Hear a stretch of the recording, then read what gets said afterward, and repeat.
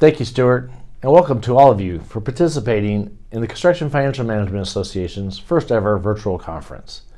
I'm excited to be a part of this new venture and what is destined to be a new chapter in CFMA history. The last few months have been challenging for our members and their families, for our industry, for our nation, and for the world. But as Stuart just highlighted, challenges present opportunities, and at CFMA, we are exploring opportunities to expand on our strategic plan by providing more value to our members companies, and our chapters.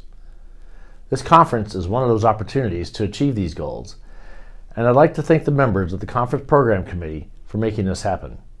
Under the leadership of Committee Chair Chris Romero, Vice Chair Jen Hobb, and Staff Liaison, CFMA's Vice President of Operations Brian Summers, the committee quickly made major adjustments to convert our live conference programming into this virtual format.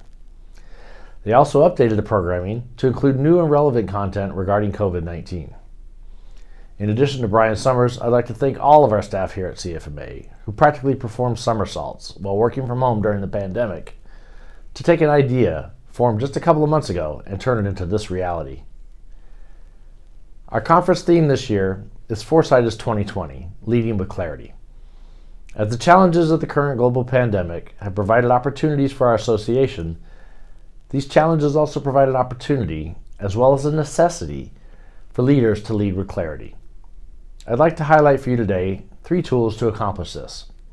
Let's start with Purposeful Leadership. One of my favorite sayings of construction tech guru James Benham is innovation doesn't happen in your spare time. Well, actually I have 2 favorite sayings from James Benham. One is, innovation doesn't happen in your spare time. The other is, dinner's on me. Unfortunately, I don't hear the latter nearly as often as the former. But Mr. Benham's saying regarding innovation can be applied to leadership. Leadership doesn't happen in your spare time either. In other words, you must be purposeful. You must be intentional in leadership. We all have a long list of intentions, but intentions are meaningless without action. So what is purposeful leadership, and how does it contribute to leading with clarity? A purposeful leader has a strong moral self, a moral compass they rely on that makes it easier for them to make decisions and to take actions. When you have a strong moral self, others around you sense that, and you become known as someone that can be relied upon. That strong moral self also leads to the next trait of purposeful leadership, and that is consistency. People with a strong moral sense are also naturally consistent in their behavior, their actions, and their messaging. That moral compass consistently guides them in the same direction. Consistency is absolutely necessary to build trust within a team. Being a purposeful leader, by having a strong moral self and being consistent, instills a sense of purpose in your team. See where I'm going with this? I'll talk more about that importance of a sense of purpose later. But first, I want to bring up the next tool for you to use to lead with clarity, and that is to manage expectations. I once heard that all pain comes from violated expectations. I'm not talking about physical pain. I'm talking about emotional pain. But like physical pain, emotional pain has a spectrum or continuum. Those of you who have attended the CFMA Leadership Program, CFMA at Spring Creek, know that our facilitators, Todd and Marsha Davis, love their continuums. Several times a day, we line up in a continuum to show various ranges of feelings, personalities, and management styles from one end to the other. Rarely is a group in the same place on a continuum. Now, if we can imagine an emotional pain continuum that starts with milder pain at one end and extreme pain on the other, it might start with something like disappointment on this end. I like mushroom soup. I remember going to a restaurant one night for dinner and having the most amazing mushroom soup I'd ever tasted. The next time I went to the restaurant with some friends, I bragged about how good that mushroom soup was and couldn't wait to try it again. As they ordered, the server politely said, "I'm sorry, tonight's soup is lobster bisque." Wow. I was really looking forward to that mushroom soup.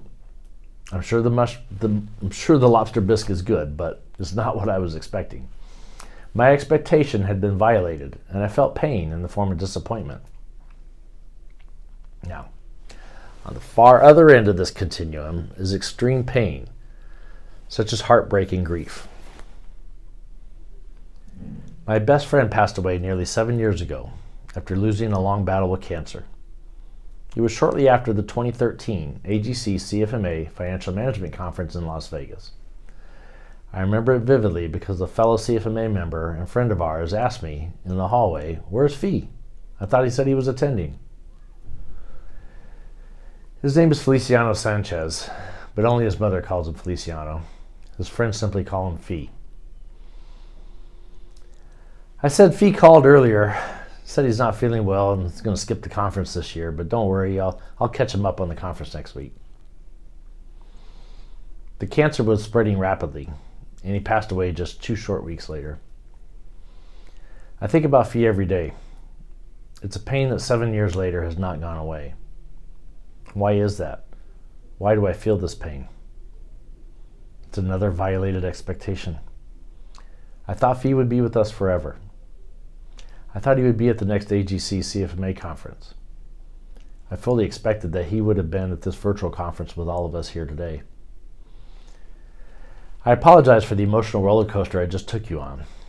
I went from disappointment over mushroom soup to grief over the loss of my best friend to illustrate the broad range of emotional pain continuum. In between these two extremes lie a myriad of other types of emotional pain, most of which, thankfully, tend to be on the milder side of the continuum.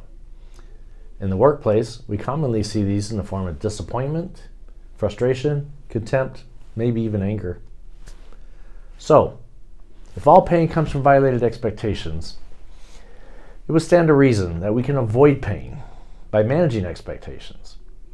If I had known that mushroom soup is only served on Wednesdays and lobster bisque is served on Fridays, I could have avoided that pain of disappointment. We manage expectations in the workplace in many ways as well, with employee handbooks, policies and procedures, performance reviews, and evaluations. When you assign a project, do you properly manage the expectation? What happens when a team member completes the project and it misses the mark? What if it doesn't meet your expectation? Are you disappointed? Probably. Maybe even irritated. The team member, by the way, is also disappointed and might feel unappreciated or worse, angry that their hard work was not enough. Violated expectations can occur on both sides. You need to properly explain your expectations, and the team member must properly understand the expectations. While discussing purposeful leadership, I mentioned consistent behavior, actions, and messaging.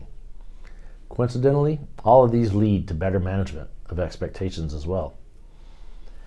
The final tool I want to present you with today is compassionate leadership. One of the most important traits of compassionate leadership may surprise you. It's not just about being empathetic, although that's important. It's the willingness to learn. The leaders of tomorrow are willing to admit that they do not have all the answers and are open to new ideas. They recognize, appreciate, and reward the value of individual team members and their contributions to the common purpose of the team and organization. On the other hand, hardened leaders of the past who claim to know it all reject new ideas and innovation and stifle the growth and sense of purpose in their team. Compassionate leaders are also selfless, the opposite of selfish. They inspire others through encouragement and empowerment. People want to work for compassionate leaders not because of what they do, but because of who they are. They are moral. They are consistent. They are trustworthy. As I mentioned in Purposeful Leadership, compassionate leaders also instill a sense of purpose in their team members. Everyone wants to feel a sense of purpose, self-worth, connection, and valued. In conclusion, I have discussed 3 tools here that you can use to lead with clarity. There are certainly many other ways to lead, but especially in times of darkness, clarity is what we all seek. Remember, be purposeful, manage expectations, and be compassionate. Before I introduce our next speaker, ICC IFP Chairman Gretchen Kelly, I'd like to recognize the recipients of this year's Chairman's Award and CEO Award. The Chairman's Award recognizes a CFMA member who exhibited extraordinary performance for one or more CFMA initiatives during the Chairman's term in office. Immediate past Chairman, Michelle Eastman, is proud to present this award to Tony Stagliano. We also want to recognize and express our profound gratitude to North Mechanical CEO Greg Fuller for allowing North CFO Michelle Eastman to dedicate countless hours and many air miles serving as CFMA chairman last year. You can watch both awards being presented by going to the links provided here on screen. And now, it is my honor and pleasure to introduce my friend, Chairman of the Institute for Certified Construction Industry Financial Professionals, Gretchen Kelly, CCIFP.